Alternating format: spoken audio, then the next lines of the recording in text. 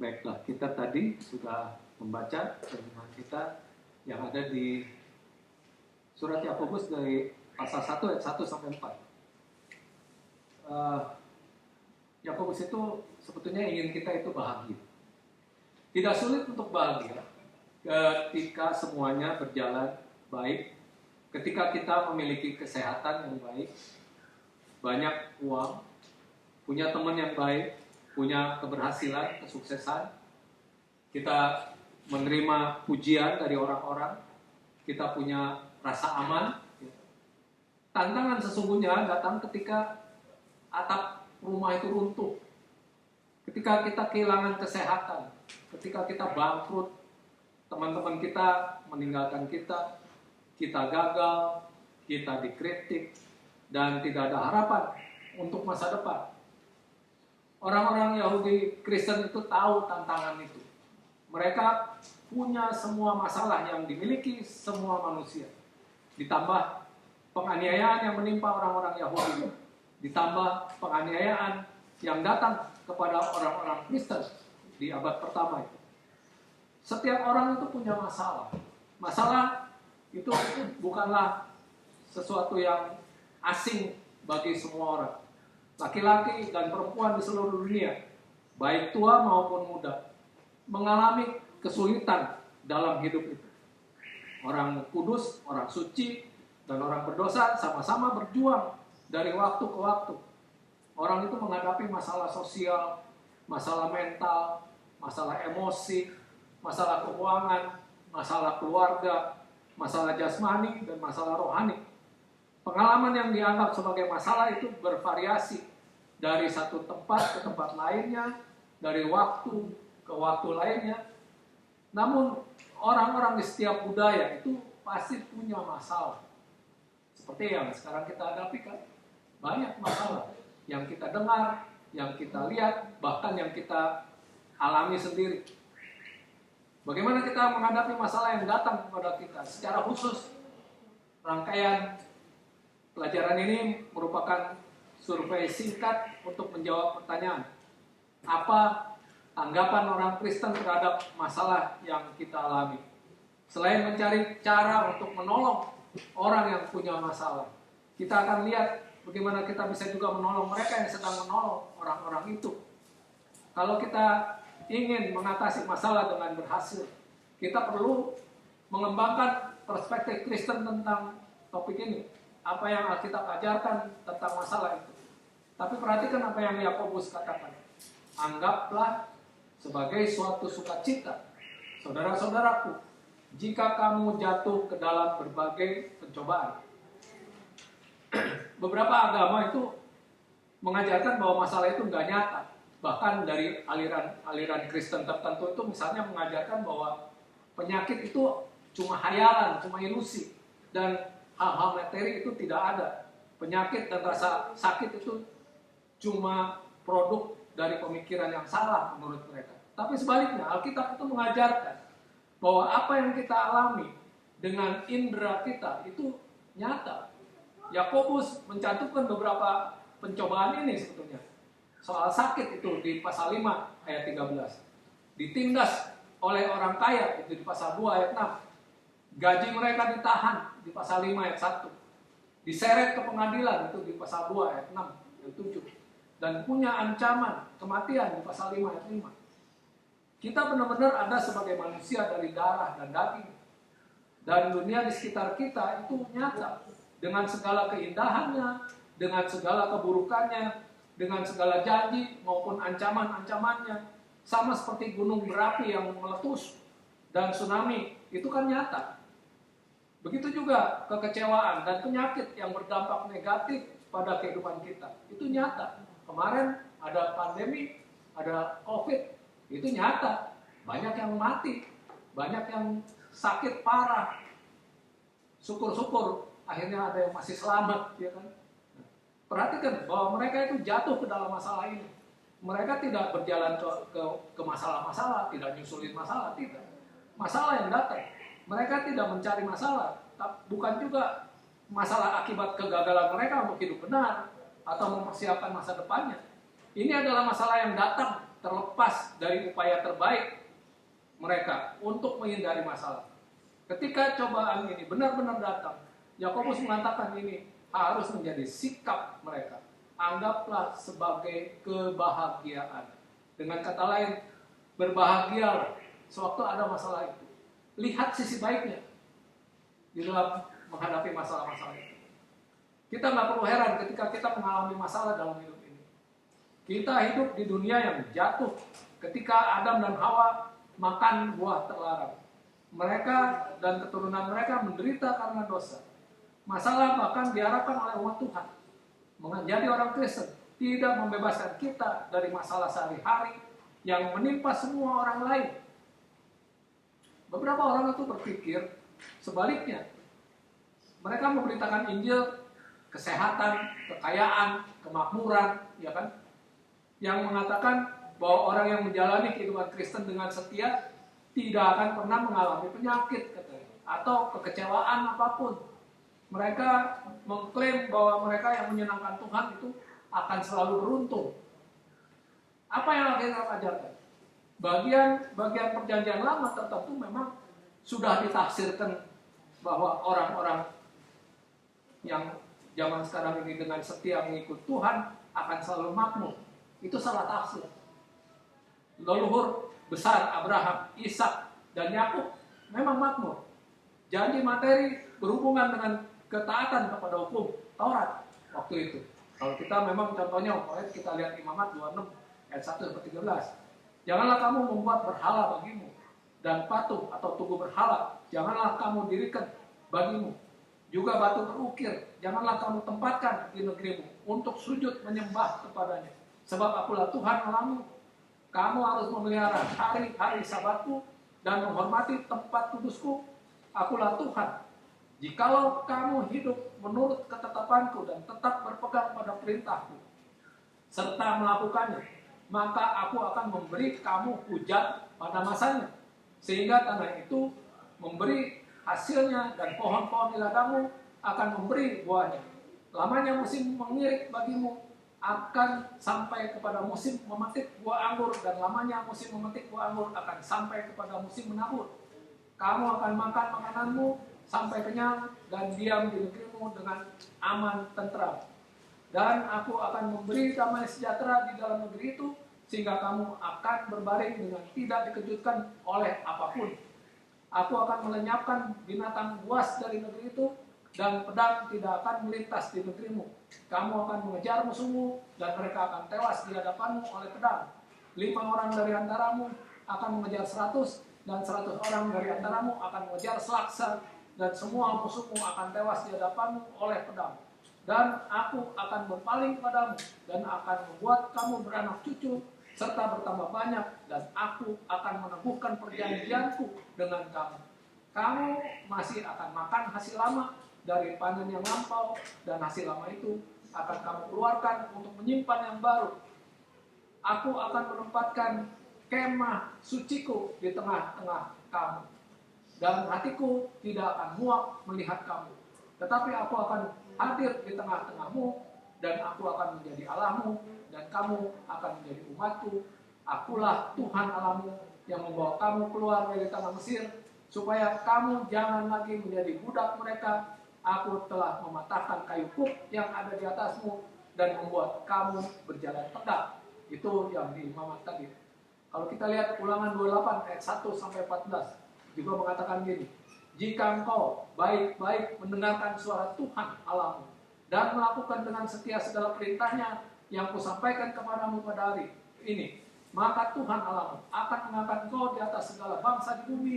Segala berkat ini akan datang kepadamu dan menjadi bagianmu jika kau mendengarkan suara Tuhan Allahmu.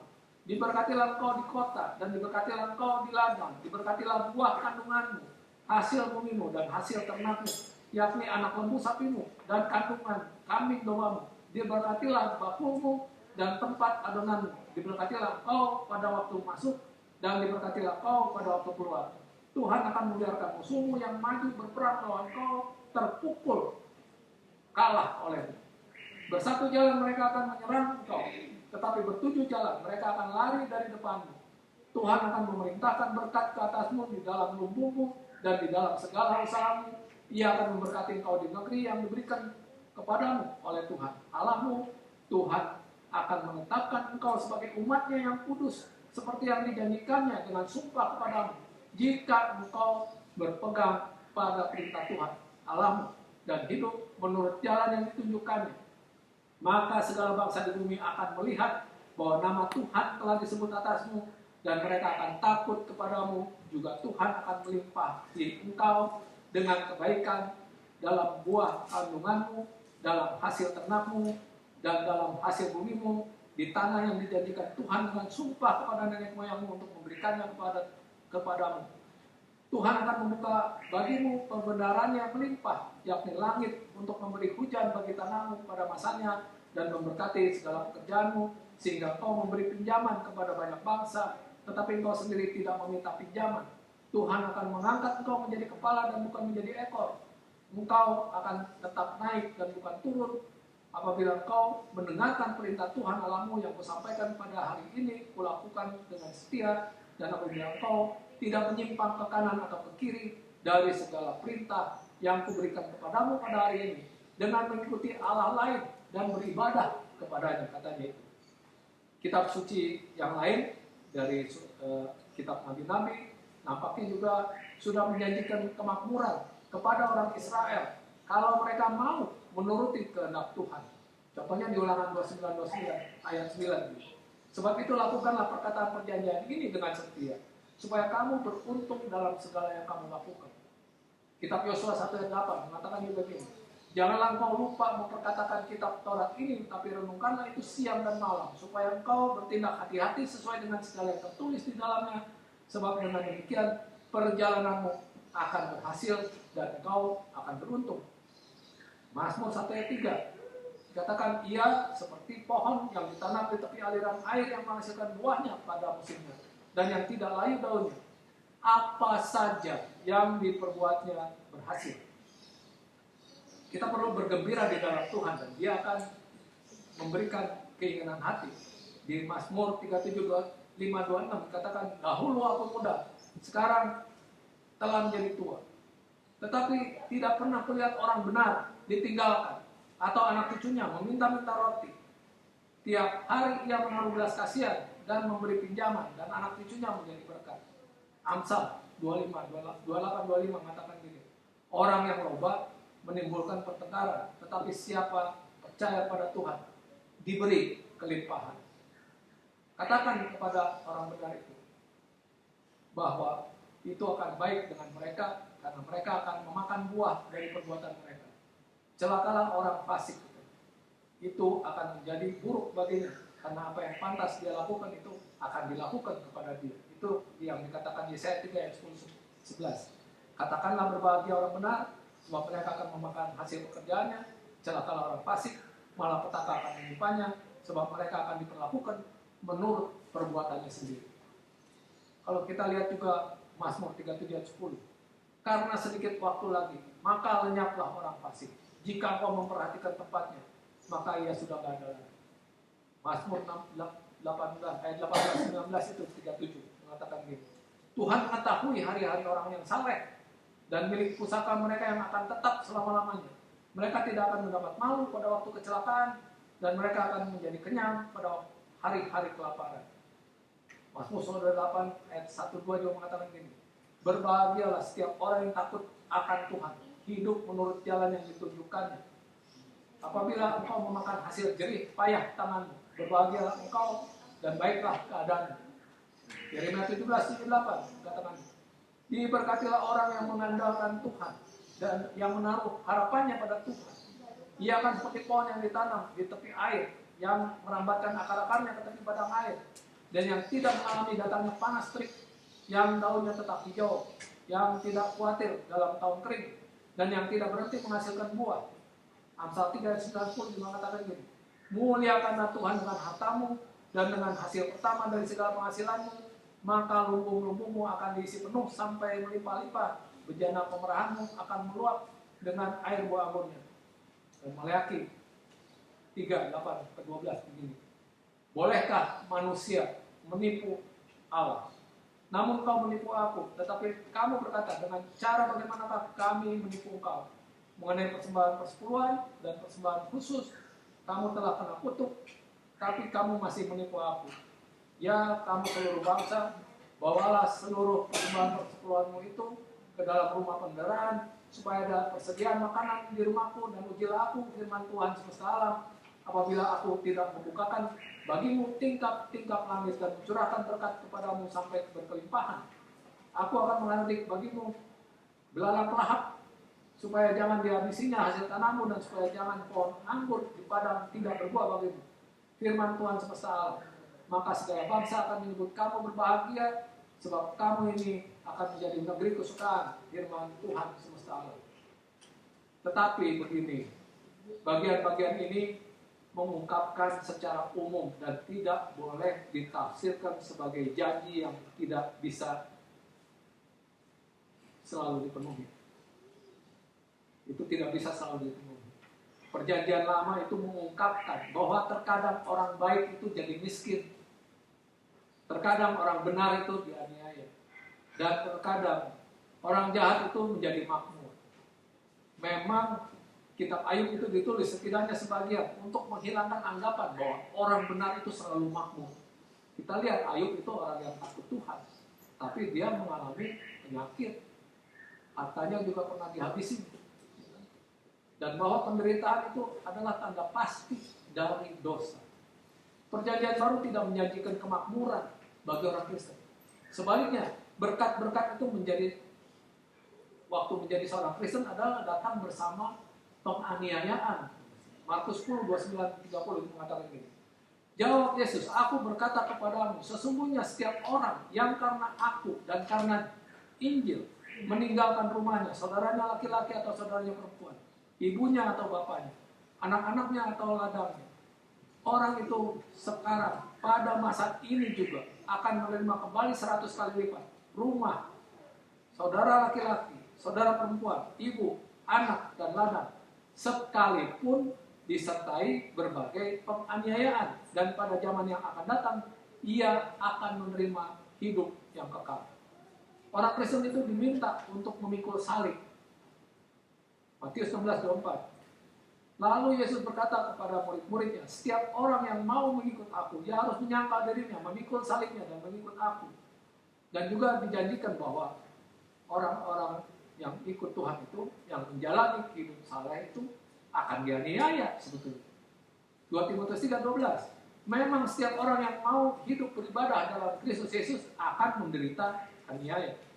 Kenapa orang Kristen yang mengikut Yesus yang hidup sebagai orang miskin dan akhirnya menderita dan mati sebagai manusia yang tidak bersalah, berharap untuk hidup tanpa masalah, tanpa rasa sakit dan penderitaan? Kenapa? Kita pengennya jadi makmur. Ikut Yesus itu harus rela, siap menerima penderitaan. Masalah yang diakibatkan langsung dari dosa kita sendiri itu bisa dicegah sebetulnya. Misalnya pengalaman mengerikan anak yang hilang yang jauh yang ditulis di Lukas. Sama sekali itu bisa dicegah asal si anak itu nggak mau pergi dari rumah bapaknya. Dia nggak akan sengsara. Ya kan?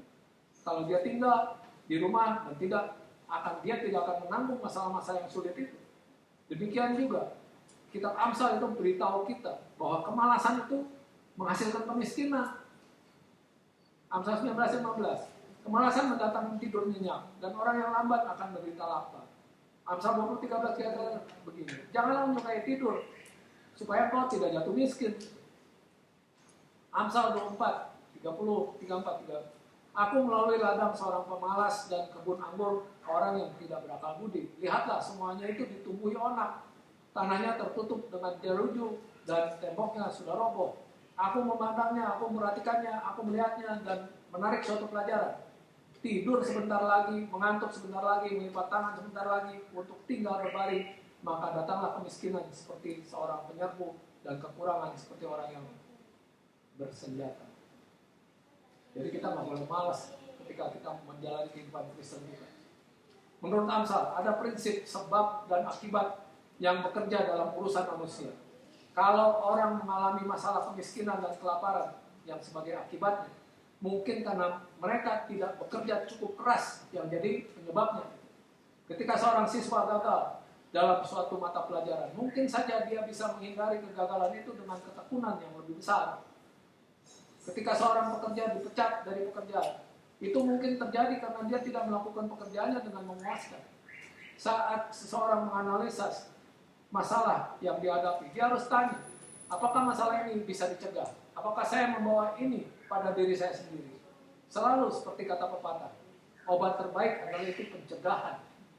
Tujuan pertama kita adalah mencegah untuk menghindari sebanyak mungkin masalah. Kemarin pandemi, coba kalau nggak ada yang mau disuntik, habis semua. Ya. Itu untuk pencegahan. Tentu saja, tidak semua bisa dicegah. Itu berarti kita mungkin harus menemukan cara untuk menghadapi pergumulan cepat atau lambat. Baik Yesus maupun Paulus itu mengatakan untuk bersukacita ketika masalah datang. Kenapa memiliki sikap yang baik ketika masalah itu muncul? Beberapa alasan akan diberikan dalam pasal pertama yang rumus ini, tapi dalam beberapa ayat pertama alasan yang diberikan adalah kalau kita memiliki sikap yang benar, masalah akan mengembangkan karakter kita. Dengan mengatakan bahwa masalah bisa diatasi, kita bisa mengatakan bahwa kita bisa menghilangkan semua masalah itu. Sebaliknya, kita mengatakan bahwa kita bisa mengatasi masalah kita dan hidup dengan berhasil terlepas dari itu. Kehilangan pasangan umpamanya adalah pengalaman yang menyakitkan. Entah itu pasangan meninggal, entah itu pasangannya cerai, itu pengalaman menyakitkan.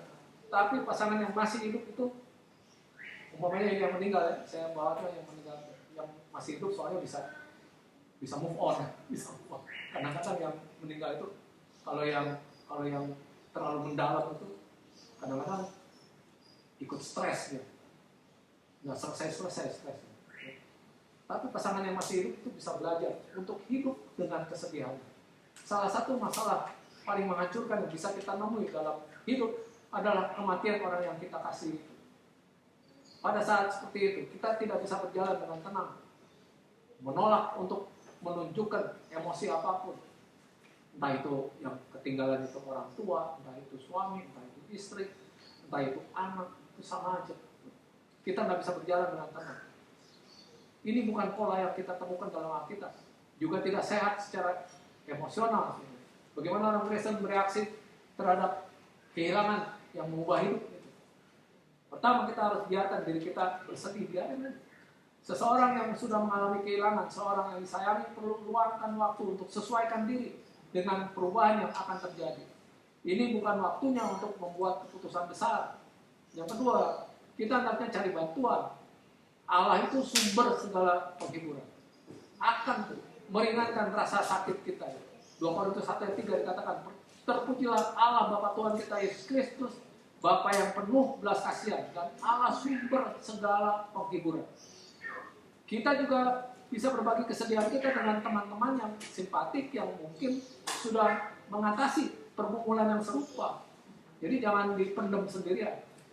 Ketiga, kita juga bisa terhibur dengan apa yang kita ketahui. Kita punya kebenaran Alkitab yang agung untuk menghibur kita. Ini seumpamanya yang meninggal ya. Selanjutnya, kami tidak mau, saudara-saudara, bahwa kamu tidak mengetahui tentang mereka yang meninggal supaya kamu jangan berduka cita seperti orang-orang lain yang tidak mempunyai pengharapan. Karena jikalau kita percaya bahwa Yesus telah mati dan telah bangkit, maka kita percaya juga bahwa mereka yang telah meninggal dalam Yesus akan dikumpulkan Allah bersama-sama dengan Dia. Ini kami katakan kepadamu dengan firman Tuhan. Kita yang hidup, yang masih tinggal sampai kedatangan Tuhan, sekali-kali tidak akan mendahului mereka yang telah meninggal. Sebab pada waktu tanda diberi, yaitu pada waktu penghulu malaikat berseru dan sangkakala Allah berbunyi, maka Tuhan sendiri akan turun dari surga dan mereka yang mati dalam Kristus akan lebih dahulu bangkit. Sudah itu kita yang hidup yang masih tinggal akan diangkat bersama-sama dengan mereka dalam awan menyongsong Tuhan di angkasa. Demikianlah kita akan selama-lamanya bersama-sama dengan Tuhan. Karena itu hiburkanlah seorang akan yang lain dengan perkataan ini. Mazmur 116 ayat 15 dikatakan apa? Berharga di mata Tuhan kematian semua orang dikasihi. Wahyu 14 ayat 13 dimatakan, dan aku mendengar suara dari surga berkata, tuliskanlah, berbahagialah orang yang mati dalam Tuhan, sejak sekarang ini. Sungguh kata Roh, supaya mereka boleh beristirahat dari jerih lelah mereka, karena segala perbuatan mereka menyertai mereka. Itu contoh ya, yang meninggal. Keempat, kita harus tetap setia kepada Tuhan. Kalau orang yang dikasihi meninggal sebagai seorang Kristen, tidak ada cara yang lebih baik untuk menghormati ingatannya selain hidup dalam antisipasi menghabiskan kekekalan di surga bersama-sama. Kegagalan sebagai pelajar, seumpamanya, memang mengecilkan hati, tapi tidak berarti bahwa orang yang gagal tidak bisa berhasil dalam hidup.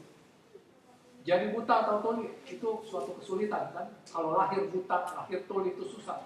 Tapi banyak orang buta dan tuli terus hidup dan berhasil kok. Banyak contohnya. Perhatikan juga bahwa iman kita lah yang diuji. Kalau seseorang punya iman, ketika masalah datang dengan orang itu akan dibuat lebih kuat orang itu. Kalau seseorang tidak punya iman, maka masalah dalam hidupnya akan membuat itu semakin lemah orang itu. Rangkaian pelajaran ini juga menekankan apa yang harus kita lakukan ketika kita menghadapi masalah. Kita harus kembangkan rahmat Kristen itu pada sikap dan perilaku yang akan menolong kita mengatasi masalah ketika masalah itu muncul. Kita harus antisipasi dan mempersiapkan masalah yang bisa kita antisipasi. Kita harus belajar dari masalah yang kita alami. Setiap masalah bisa menjadi pengalaman pertumbuhan bagi kita. Suatu cara yang dengannya kita menjadi orang yang lebih baik, menjadi orang yang lebih kuat. Kita harus mendapat bantuan dari orang lain, dari teman, dari anggota keluarga, dari penasehat, dari saudara dan saudari kita di dalam jemaat, dan terutama dari Tuhan. Kita harus coba untuk merasakan tangan Tuhan dalam setiap masalah yang muncul, untuk melihat pemeliharaan Tuhan bekerja. Mungkin apa yang nampak sebagai masalah sebenarnya adalah berkat yang tersembunyi. Kita harus nantikan kekekalan di surga bersama Tuhan ketika tidak ada masalah lagi. Kalau seseorang punya iman, cobaan dalam hidupnya akan menghasilkan kesabaran yang berarti menderita dengan akal sehat. Berarti menderita dengan pemahaman tentang tujuan penderitaan dalam keseluruhan rencana Allah. Suka atau tidak suka, sebenarnya yang membuat kita lebih kuat adalah berhasil menghadapi tantangan hidup dan bahkan penderitaan. Yakobus itu memberitahu kita bahwa kalau kita terus bertahan, terlepas dari cobaan yang kita hadapi, hasilnya adalah kita akan lebih mampu menghadapi tantangan masa depan. Suka atau tidak, menghadapi masalah dengan pertolongan Tuhan adalah cara utama kita bertumbuh. Kenapa? Nanti di surga itu nggak ada masalah lagi. Yohanes itu diberikan penglihatan tentang surga. Dia menggambarkannya sebagai tempat di mana tabernakel Tuhan akan berada di antara manusia dan mengatakan yang gini di Wahyu 2 ayat 21 ayat 34. Lalu aku mendengar suara yang nyaring dari tahta itu berkata, lihatlah kemah Allah ada di tengah-tengah manusia dan ia akan diam bersama-sama dengan mereka. Mereka akan menjadi umatnya dan ia akan menjadi Allah mereka. Dan ia akan menghapus segala air mata di mata mereka. Dan maut tidak akan ada lagi. Tidak akan ada lagi perkabungan atau ratap tangis atau duka cita. Sebab segala sesuatu yang lama itu telah berlalu. Kita mungkin bertanya-tanya, apa keuntungan orang Kristen kalau dia mengalami masalah yang sama seperti yang dialami orang lain dalam hidup itu? Sementara kita percaya bahwa orang Kristen juga punya keuntungan lain. Setidaknya kita punya keuntungan luar biasa ini, yaitu janji sebuah rumah di sana, di mana tidak akan ada lagi masalah. Pikirkan itu saja, yang seharusnya menopang orang-orang Kristen di saat-saat kritis itu. Yesus itu datang untuk untuk menghapus dosa kita. Lukas 19:10 kan mengatakan begini, sebab anak manusia datang untuk mencari dan menyelamatkan yang hilang. Tapi Yesus juga ingin kita masing-masing menjalani hidup yang berkelimpahan di sini. Yohanes 10:10, pencuri datang hanya untuk mencuri dan membunuh dan membinasakan. Aku datang supaya mereka mempunyai hidup dan mempunyainya dalam segala kelimpahan. Jadi mari kita memanfaatkan sumber daya rohani yang Tuhan sudah sediakan bagi kita, sehingga kita bisa menjalani kehidupan yang penuh, berlimpah, berhasil, sukses, dan bahagia di sini dan sekarang di bumi saat kita menjalani urusan kita sehari-hari. Melakukan sebaliknya berarti hidup di bawah tingkat hak istimewa kita. Seolah-olah sebuah dapur besar yang penuh dengan makanan dari segala jenis yang tersedia untuk kita makan. Tapi sebaliknya kita terus bertahan hidup dengan roti dan air aja. Oleh karena itu, marilah kita berharap untuk menghadapi masalah saat kita menjalani kehidupan Kristen. Tapi marilah kita juga merencanakan untuk atasi masalah itu dengan pertolongan Tuhan. Setiap orang Kristen itu bisa hidup berkelimpahan di dalam Kristus Yesus itu. Dan baiklah kita ingat kasih Kristus itu di dalam hidup kita yang sudah menebus kita. Dari kegelapan itu, kita dipindahkan ke dalam kerajaan anaknya yang kekasih. Artinya kita menjadi anak-anak Allah, kita menjadi bagian dari tubuh Kristus yang menerima keselamatan itu. Dan kita ingat ini melalui perjamuan Tuhan dengan makan roti dan minum air buah anggur sebagai pengingatan akan penebusan Dia pada kita. Kita akan memuji Tuhan.